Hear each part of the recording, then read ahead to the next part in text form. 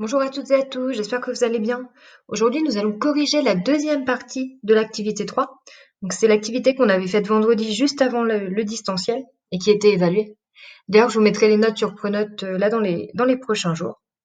Donc, si je vous remets un peu dans le contexte, on avait vu le lundi d'avant que la masse ne variait pas lors d'une dissolution. On avait vu ça quand on avait voulu mélanger de l'eau et du sucre. Et là, aujourd'hui, ce qu'on va voir, c'est si la masse varie pendant un changement d'état. Donc, c'est ce qu'on va corriger aujourd'hui. C'est ce que vous aviez fait vendredi avec la petite expérience. Donc, dans vos cahiers, vous allez noter une partie de la correction. En fait, tout ce que je vais noter sur cette feuille sera noté dans vos cahiers. Vous allez commencer par laisser une page blanche. Ce sera pour coller le sujet de l'activité que je vous rendrai, quand on se reverra. Et ensuite, on va noter la question à laquelle on devait répondre dans l'activité 3. C'est-à-dire, la masse varie-t-elle pendant un changement d'état? En fait, c'était la problématique. La masse évolue-t-elle lors d'un changement d'état? Je vous laisse le noter en bleu ou en noir. Donc, vous aurez peut-être besoin de mettre en pause la vidéo pour avoir un peu plus de temps pour noter. N'hésitez pas à le faire.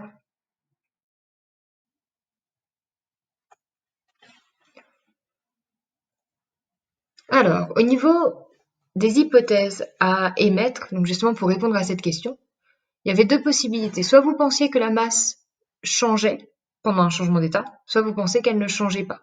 Vous m'avez proposé plein de bonnes hypothèses. Vous m'avez parlé de la quantité de matière, vous m'avez parlé que quand on passait par exemple de l'état liquide à gazeux, on ne rajoutait pas d'eau. Donc il y a toujours la même quantité d'eau liquide que de quantité d'eau gazeuse. Et ça vous permettait de justifier que la masse ne variait pas. Globalement, vous avez bien justifié vos hypothèses, que ce soit pour dire que la masse variait ou bien qu'elle ne variait pas. Maintenant, pour vérifier cette hypothèse ou bien pour l'infirmer, c'est-à-dire vérifier qu'elle est fausse, il fallait proposer une petite expérience et notamment choisir un changement d'état. Là, le changement d'état qu'on avait étudié vendredi dernier, c'était la fusion. C'est-à-dire que on avait voulu regarder si la masse d'un glaçon était la même avant qu'il fonde, donc quand il était à l'état solide, qu'après qu'il ait fondu à l'état liquide. Donc, vu qu'on veut mesurer la masse du glaçon avant et après la fusion, on avait besoin d'un glaçon, d'une balance pour mesurer la masse, et d'un bécher pour mettre le glaçon et après, une fois qu'il a fondu, l'eau liquide. Alors, l'expérience à réaliser. Donc l'idée, c'est de mesurer la masse, et pour ça, on devait d'abord mesurer la masse du glaçon, à l'état solide. Pour ça, l'idée, c'était d'utiliser la balance et notamment la fonction TAR. La fonction TAR, je vous rappelle, elle permet de supprimer la masse du récipient. C'est-à-dire que vous mettez le bécher vide sur la balance, donc ça affiche une certaine masse, et ensuite, si vous appuyez sur TAR, ça va vous remettre la masse à 0. Ici, il fallait quand même noter la masse du bécher. Je vais vous expliquer juste après pourquoi. En tout cas, une fois que vous avez appuyé sur TAR, la balance vous affiche 0 g. Vous pouvez ensuite déposer le glaçon dans le bécher et mesurer la masse du glaçon. Avec un des groupes, on avait pris un glaçon qui pesait 12 grammes. On avait ensuite fait fondre le glaçon et il fallait maintenant mesurer la masse de l'eau liquide. Sauf que le problème, c'est que là, si on pose tout de suite le bécher et l'eau liquide sur la balance, on a la masse du bécher et on ne peut pas l'enlever parce que le bécher n'est pas vide. Donc là, ce qu'il faudrait faire, c'est enlever la masse du bécher que vous aviez mesuré avant pour retrouver la masse de l'eau liquide. Donc avec le deuxième groupe, on avait aussi trouvé une masse de liquide de 12 grammes, qui était la même que la masse d'avant. Ensuite, au niveau du schéma de l'expérience, donc globalement, vous aviez bien compris l'expérience à faire, mais au niveau de la représentation, il faut faire très attention à différents points quand on fait un schéma. Donc notamment, la première chose, ça va être le soin de votre schéma. Utilisez la règle, n'hésitez pas à utiliser le crayon de papier. L'important, c'est que votre schéma soit bien propre et assez grand. Ensuite, là, vous avez tous pensé, je crois, il faut un schéma avant et un schéma après. Donc ici, en l'occurrence, avant le changement d'état et après le changement d'état. Il faut aussi légender. Donc ça, souvent, vous aviez oublié pendant l'activité et je vous disais qu'il fallait le rajouter. Il faut vraiment que ça devienne automatique. Si vous faites un schéma, vous devez faire une légende. Et enfin, donc là, c'est le dernier point, mais qui reste quand même important. C'est bien de noter les grandeurs que vous allez mesurer. Ici, on a vu, quand je vous ai expliqué le protocole, que vous alliez mesurer la masse du glaçon avant qu'il fonde et après qu'il fonde. Donc ici, ça peut être bien de les noter M1 et M2, ou bien M avant, M après. Ensuite, dans les observations.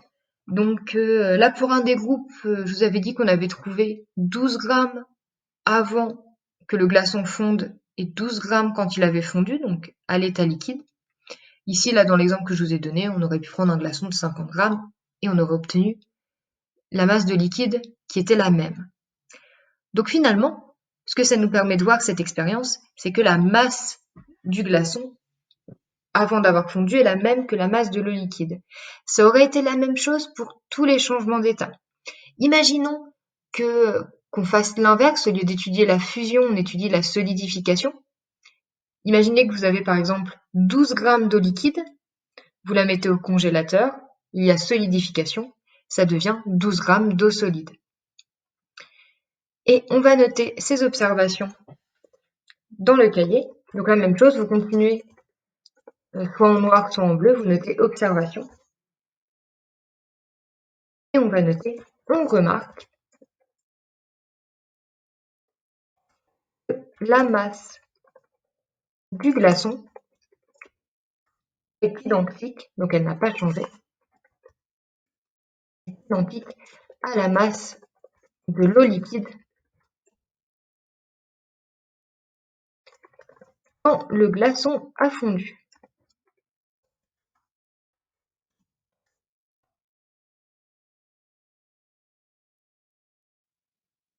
Donc la même chose, n'hésitez pas à mettre en pause la vidéo. Et ensuite, un point clé aussi de l'activité, donc malheureusement vous avez été peu à avoir le temps de le faire, mais c'est un point hyper important du chapitre, la modélisation, on en a déjà très souvent parlé. C'est-à-dire qu'on va essayer de représenter l'expérience d'un point de vue microscopique. Donc là, même règle que pour le schéma, on fait un schéma avant, un schéma après, on se débrouille pour que ce soit bien propre. Et notamment, on va représenter le glaçon à l'état microscopique. Donc quand on est à l'état solide, les molécules sont proches les unes des autres, liées, immobiles, elles sont toutes dans le même sens. Ici, j'ai représenté 10 molécules d'eau, vous pouviez en représenter, je sais pas, 10, 15, 20, etc. L'important, c'est que après le changement d'état, ça doit rester le même nombre de molécules. Donc si vous aviez fait 15 molécules ici, vous faites 15 molécules ici. Et on va représenter ce schéma dans les cahiers. Donc moi, je vais simplement copier-coller la modélisation. Vous devez la représenter. Mince, c'est pas le bon schéma. C'est celui-ci.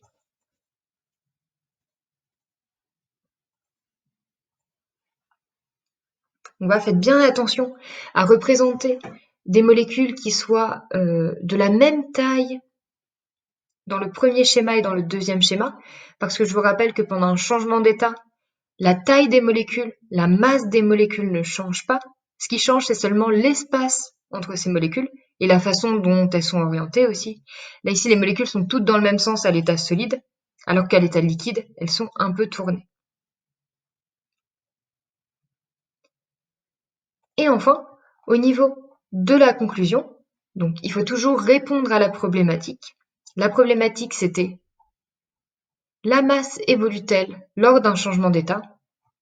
On a vu que non. C'est ce qu'on va noter. Et votre hypothèse, elle était soit bonne, soit fausse. Quand on fait une conclusion, il faut toujours préciser si votre hypothèse était bonne ou elle était fausse. Et on va noter rapidement la conclusion. Donc ça, même chose, vous le notez dans votre cahier. Par contre, là, vous allez le noter en rouge.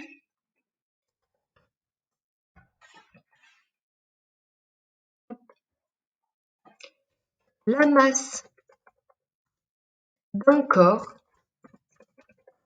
ne change pas lors d'un changement d'état.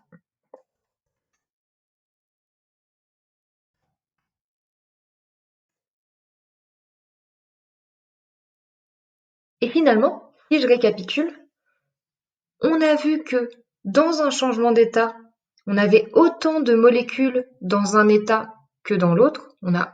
Si on a 10 molécules d'eau à l'état solide, quand le glaçon a fondu, on a toujours 10 molécules d'eau à l'état liquide. Et on avait vu dans l'activité d'avant que pendant une dissolution, on avait aussi le même nombre de molécules. Donc dans une dissolution ou dans un mélange, si vous avez 10 molécules de sucre et 10 molécules d'eau avant, et ben quand vous mélangez les deux, vous avez 20 molécules, 10 molécules de sucre et 10 molécules d'eau. Les molécules restent les mêmes et surtout elles restent le même nombre. Donc on a le même nombre de molécules avant et après qu'on ait mélangé. Et donc finalement, dans toutes les transformations physiques, la masse ne change pas. On avait vu deux transformations physiques, les changements d'état et les dissolutions, et la masse ne changera jamais pendant ces transformations physiques. Donc voilà finalement pour la correction de l'activité 2. N'hésitez pas à me poser des questions en commentaire si vous avez des questions justement sur cette activité ou bien par pronote. Donc je vous rappelle que tout ce qui est sur cette feuille doit être noté. Et je vais vous détailler rapidement ce qu'il y a à faire pour la prochaine fois. Donc d'abord, il y aura un petit bilan à recopier juste après ce que vous avez noté en fait. Donc là, je vais vous le laisser un petit peu à l'écran. Vous pouvez soit le copier maintenant, directement dans la vidéo. Il sera aussi disponible sur Pronote. Donc globalement, ça résume exactement ce qu'on a fait. Donc le fait que la masse se conserve lors d'une transformation physique. Et je vais vous donner aussi la définition de transformation physique qui est à connaître. Et vous verrez, dans un prochain chapitre, nous verrons les transformations chimiques. Donc voilà ce qu'il y a à faire pour la prochaine fois. Et aussi, vous allez avoir 3 petits exercices interactifs, donc qui sont très courts à faire. Donc la même chose, le lien de ces exercices, il sera sur Pronote et il est aussi dans la description de cette vidéo. Si jamais vous voulez aller faire ces exercices après avoir corrigé l'activité et après avoir recopié le bilan. Vous pouvez juste copier-coller le lien qui est dans la description et aller faire les exercices. Donc ça va vous afficher cette page-là. Donc là, la consigne, elle est un petit peu erronée. Hein. Il y aura pas de code pour avoir le corrigé. Ce que vous allez faire simplement, c'est que vous allez faire un des exercices. Donc vous commencez par le premier, ensuite le deuxième, ensuite le troisième. C'est mieux dans cet ordre-là. Et les 2 premiers exercices sont des textes à trous. Ce qui fait que pour chaque réponse, vous allez avoir plusieurs possibilités. Donc moi, je vais marquer n'importe quoi. Et ce que vous devez faire à la fin de l'exercice, après avoir tout complété, c'est appuyer sur cette petite icône pour vérifier. Et en fait, les réponses rouges sont les réponses fausses. Donc toutes vos réponses rouges, vous allez essayer de les corriger. Et à la fin, donc une fois que vous avez corrigé les réponses rouges, vous recliquez sur cette icône et il faut que tout soit vert à la fin. C'est exactement le même principe pour le deuxième exercice en fait, toujours un texte à trous mais un tout petit peu différent. Ça reprend exactement ce qu'on a fait dans tout le chapitre. Faites-les bien sérieusement. Je vous assure que si vous arrivez à faire ces 3 exercices-là, vous avez tout compris et au niveau de l'évaluation, ça va très bien se passer. Et dernier exercice, là, il va falloir noter les réponses à chaque fois. Donc, on travaillait sur la masse des solutions et là, vous allez devoir noter à chaque fois la masse qu'on obtient. Donc, je vous rappelle, la masse, ça s'exprime soit en grammes, soit en kilogrammes la plupart du temps. Et vous allez devoir noter grammes à chaque fois dans les réponses. Vous ne me mettez pas de résultat sans unité. Par exemple, vous ne pouvez pas marquer, je dis n'importe quoi, mais 150 tout court. Ça va mettre faux. Et même chose, une fois que vous avez fini l'exercice, vous appuyez sur ce petit icône et vous corrigez les réponses qui n'étaient pas bonnes. Et à la fin, vous verrez, mais quand vous aurez réussi tous les exercices, vous aurez une petite croix verte. Ça va vous afficher un message avec un code, mais vous n'en tenez pas compte. Le but, c'était simplement de faire les 3 exercices. Ok, et bien sur ce, je vais vous souhaiter une bonne journée. Si vous avez des questions, vous pouvez m'envoyer un message par Pronote ou bien même dans les commentaires de cette vidéo. et je vous souhaite une très bonne journée. Au revoir.